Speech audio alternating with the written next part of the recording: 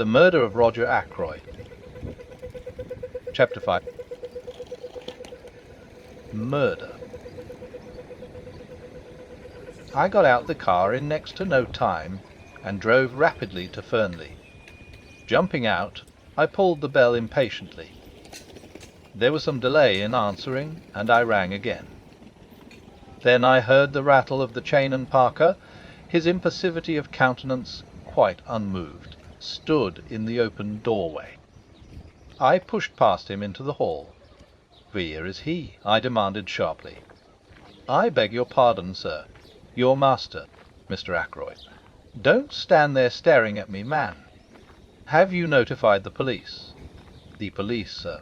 "Did you say the police?" Parker stared at me as though I were a ghost. "What's the matter with you, Parker?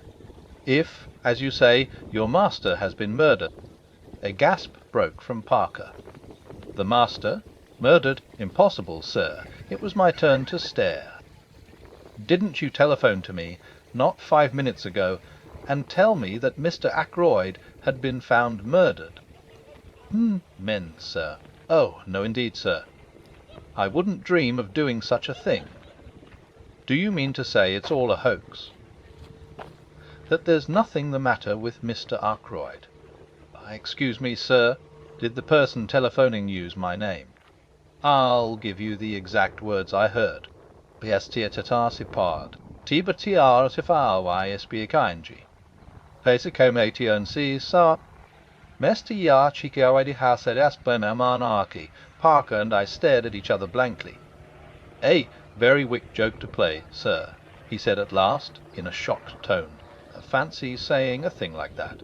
"Where is Mr. Ackroyd?" I asked suddenly.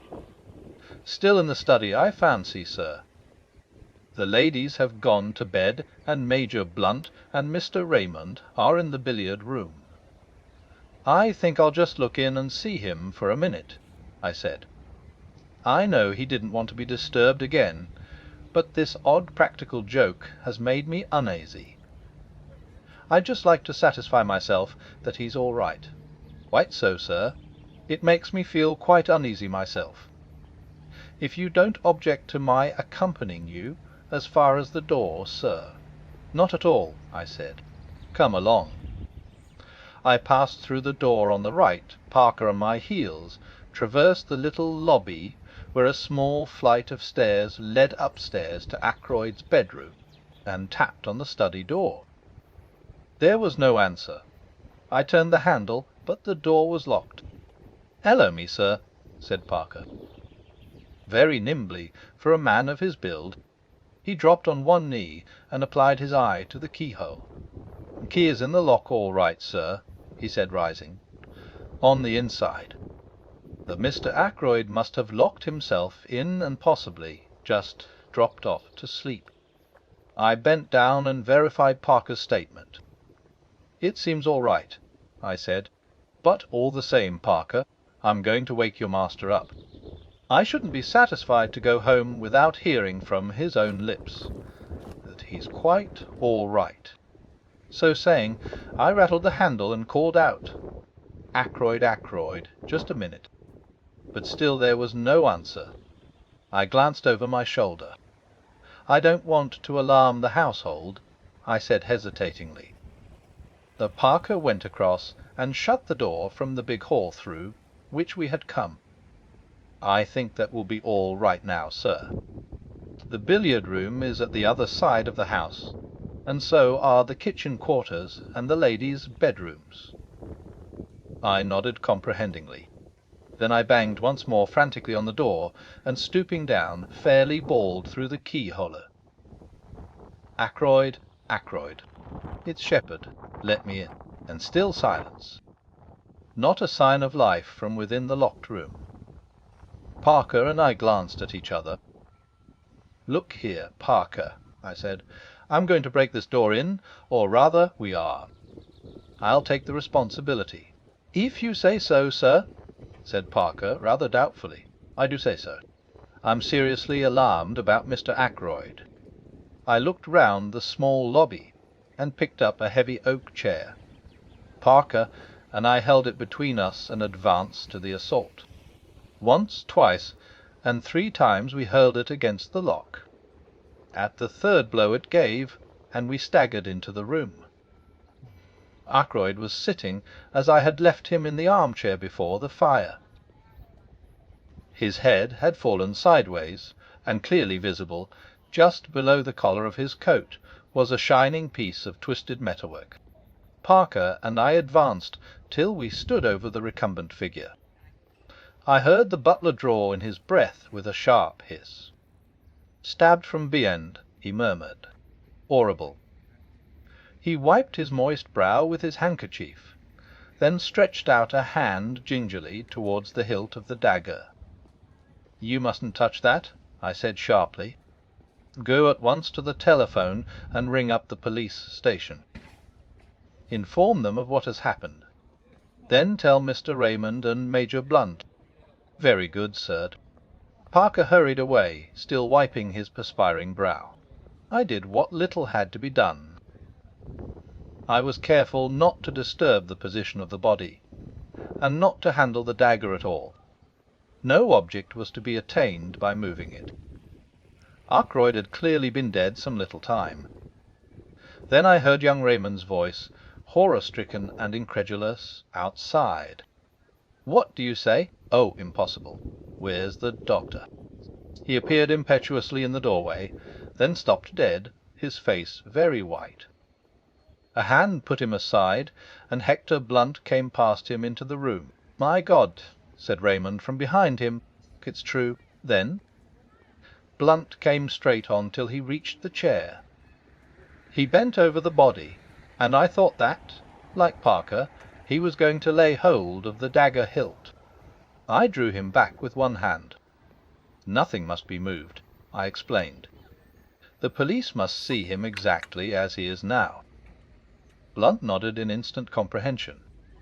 His face was expressionless as ever, but I thought I detected signs of emotion beneath the stolid mask. Geoffrey Raymond had joined us now, and stood peering over Blunt's shoulder at the body. "This is terrible," he said in a low voice.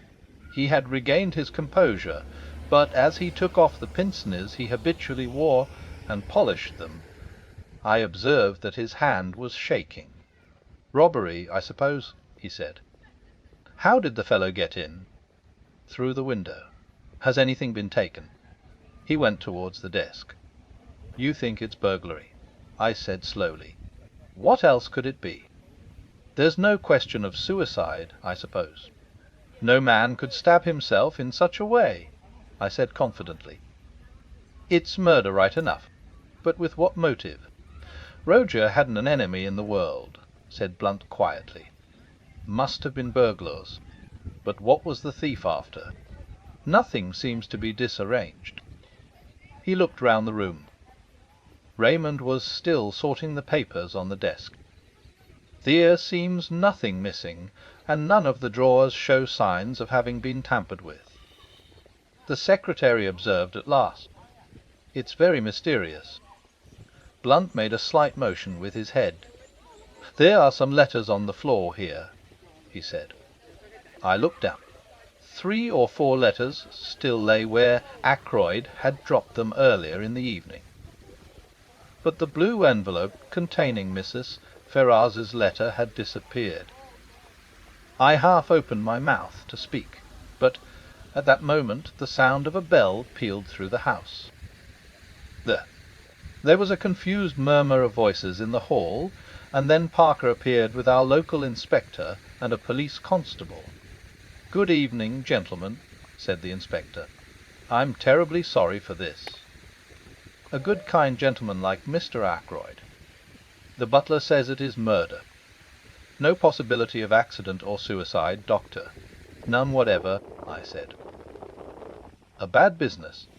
He came and stood over the body. "Been moved at all?" he asked sharply. "Beyond making certain that life was extinct. An easy matter. I have not disturbed the body in any way." "Ah, and everything points to the murderer having got clear away?" "For the moment, that is." "Now then, let me hear all about it." Who found the body? I explained the circumstances carefully. A telephone message, you say? From the butler. A message that I never sent, declared Parker earnestly. I've not been near the telephone the whole evening. The others can bear me out that I haven't. Very odd, that. Did it sound like Parker's voice, Doctor? Well, I can't say I noticed. I took it for granted, you see, naturally. Well, you got up here, broke in the door, and found poor Mr. Ackroyd like this. How long should you say he had been dead, Doctor? Half an hour at least. Perhaps longer, I said. The door was locked on the inside, you say. What about the window? I myself closed and bolted it earlier in the evening at Mr. Ackroyd's request. The inspector strode across to it and threw back the curtains. Well, it's open now anyway, he remarked. True enough, the window was open, the lower sash being raised to its fullest extent. The inspector produced a pocket torch and flashed it along the sill outside. This is the way he went all right, he remarked, and got in. See here, in the light of the powerful torch, several clearly defined footmarks could be seen. They seemed to be those of shoes with rubber studs in the soles. One particularly clear one pointed inwards, another, slightly overlapping it, pointed outwards. Plain as a pikestaff, said the inspector. Any valuables missing? Geoffrey Raymond shook his head. Not so that we can discover. Mr. Ackroyd never kept anything of particular value in this room. Temph, said the inspector. Man found an open window. Climbed in, saw Mr. Ackroyd sitting there. Maybe he'd fallen asleep. Man stabbed him from behind, then lost his nerve and made off. But he's left his tracks pretty clearly. We ought to get hold of H.I.M. without much difficulty. No suspicious strangers been hanging about anywhere? Oh, I said suddenly. What is it, Doctor? I met a man this evening, just as I was turning out of the gate. He asked me the way to Fernley Park. What time would that be? Just 9 o'clock. I heard it chime the hour as I was turning out of the gate. Can you describe him? I did so to the best of my ability. The inspector turned to the butler.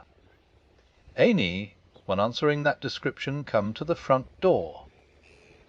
No, sir. No one has been to the house at all this evening. What about the back? I don't think so, sir, but I'll make inquiries. He moved towards the door, but the inspector held up a large hand. No, thanks. I'll do my own inquiry. But first of all I want to fix the time and a little more clearly. When was Mr. Ackroyd last seen alive? Probably by me, I said, when I left let me see, about 10 minutes to 9. He told me that he didn't wish to be disturbed, and I repeated the order to Parker. Just so, sir, said Parker respectfully. Mr. Ackroyd was certainly alive at 9:30, put in Raymond, for I heard his voice in here talking. Who was he talking to? There, I don't know. Of course, at the time I took it for granted it was Dr. Shepherd who was with him. I wanted to ask him a question about some papers I was engaged upon. But when I heard the voices, I remembered that he had said he wanted to talk to Doc Shepherd without being disturbed, and I went away again. But now it seems that the doctor had already left. I nodded. I was at home by 9:15, I said. I didn't go out again until I received the telephone call. Who could have been with him at 9:30? Queried the inspector. It wasn't you, Mr. Major Blunt, I said. Major Hector Blunt, asked the inspector, a respectful tone creeping into his voice. Blunt merely jerked his head affirmatively. Ah, I think we've seen you down here before, sir, said the inspector. I didn't recognize you for the moment, but you were staying with Mr. Ackroyd a year ago last May. June, corrected Blunt. Just so, June it was. Now, as I was saying, it wasn't you with Mr. Ackroyd at 9:30 this evening? Blunt shook his head. Never saw him after dinner, he volunteered. The inspector turned once more to Raymond. You didn't overhear any of the conversation going on, did you, sir? I did catch just a fragment of it, said the secretary. And supposing, as I did, that it was Dr. Shepherd who was with Mr. Ackroyd, that fragment struck me as distinctly odd. As far as I can remember, the exact words were these. Mr. Ackroyd was speaking. The calls on my purse have been so frequent of late. That is what he was saying, of late, that I fear it is impossible for me to accede to your request. I went away again at once, of course, so did not hear any more. But I rather wondered because Dr. Shepherd does not ask for loans for himself or subscriptions for others. I finished. A demand for money, said the inspector musingly. It may be that here we have a very important clue. He turned to the butler.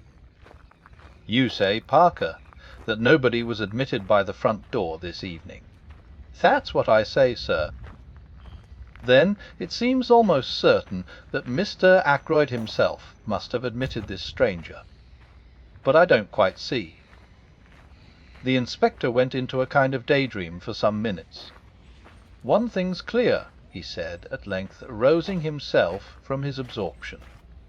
Mr. Ackroyd was alive and well at 9:30. That is the last moment at which he is known to have been alive. Parker gave vent to an apologetic cough, which brought the inspector's eyes on him at once. Well, he said sharply, if you'll excuse me, sir, Miss Flora saw him after that. Miss Flora? Yes, sir. About 9:45 that would be. It was after that she told me Mr. Ackroyd wasn't to be disturbed again tonight. Did he send her to you with that message? Not exactly, sir.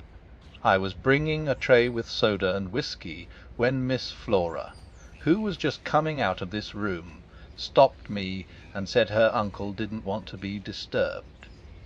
The inspector looked at the butler with rather closer attention than he had bestowed on him up to now.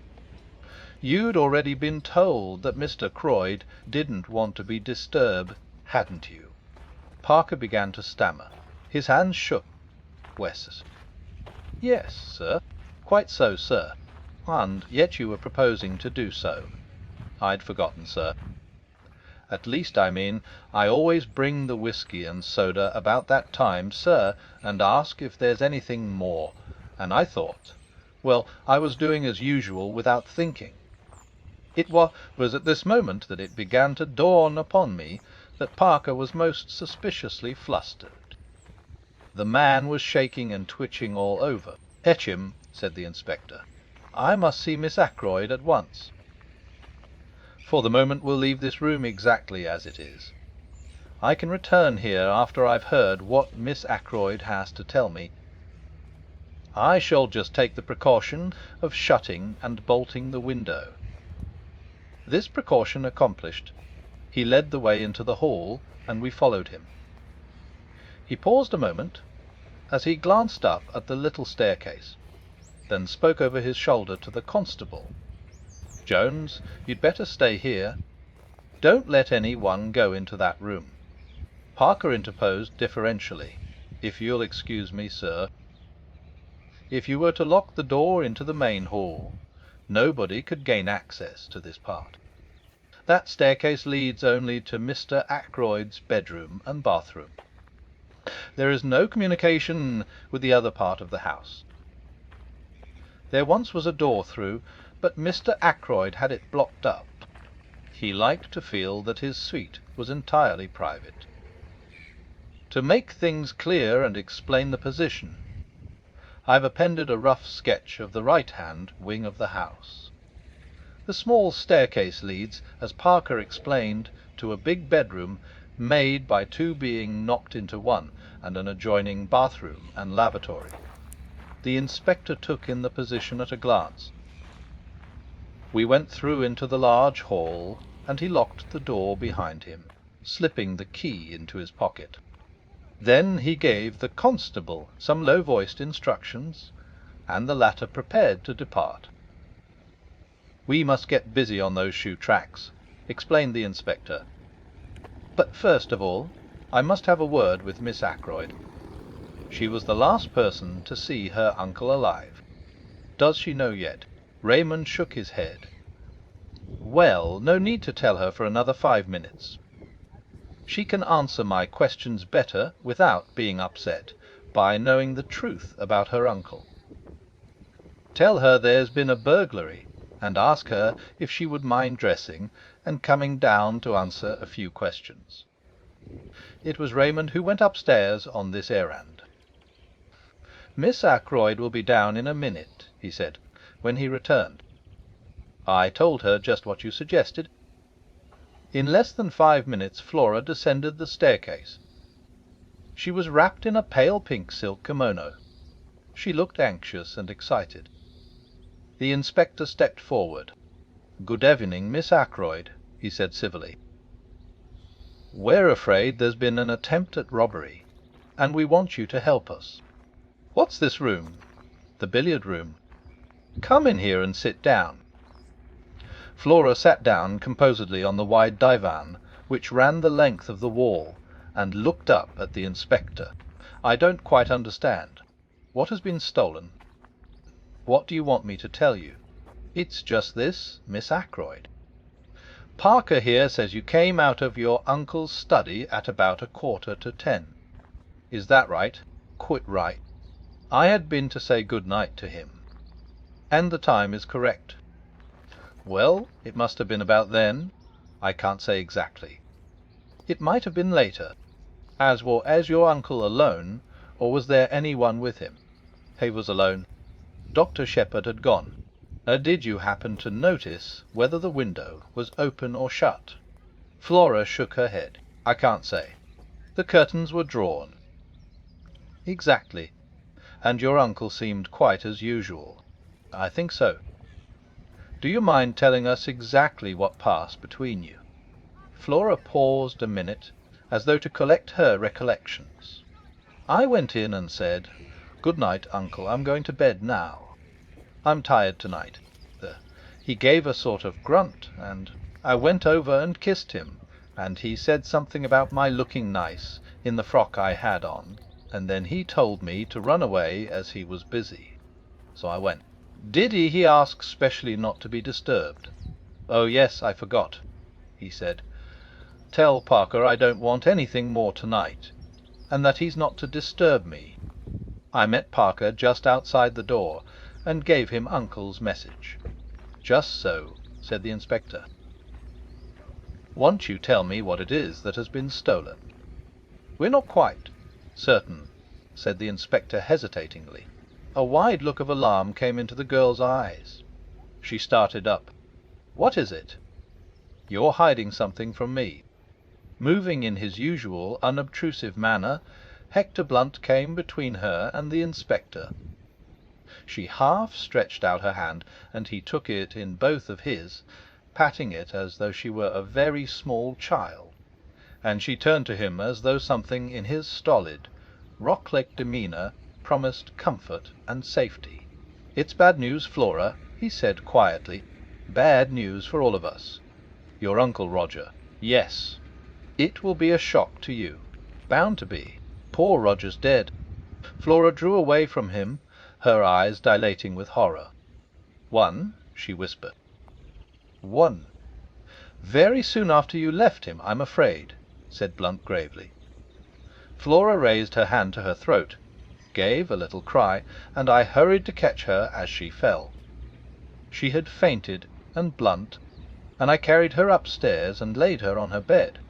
Then I got him to wake Mrs. Ackroyd and tell her the news. Flora soon revived, and I brought her mother to her, telling her what to do for the girl. Then I hurried downstairs again.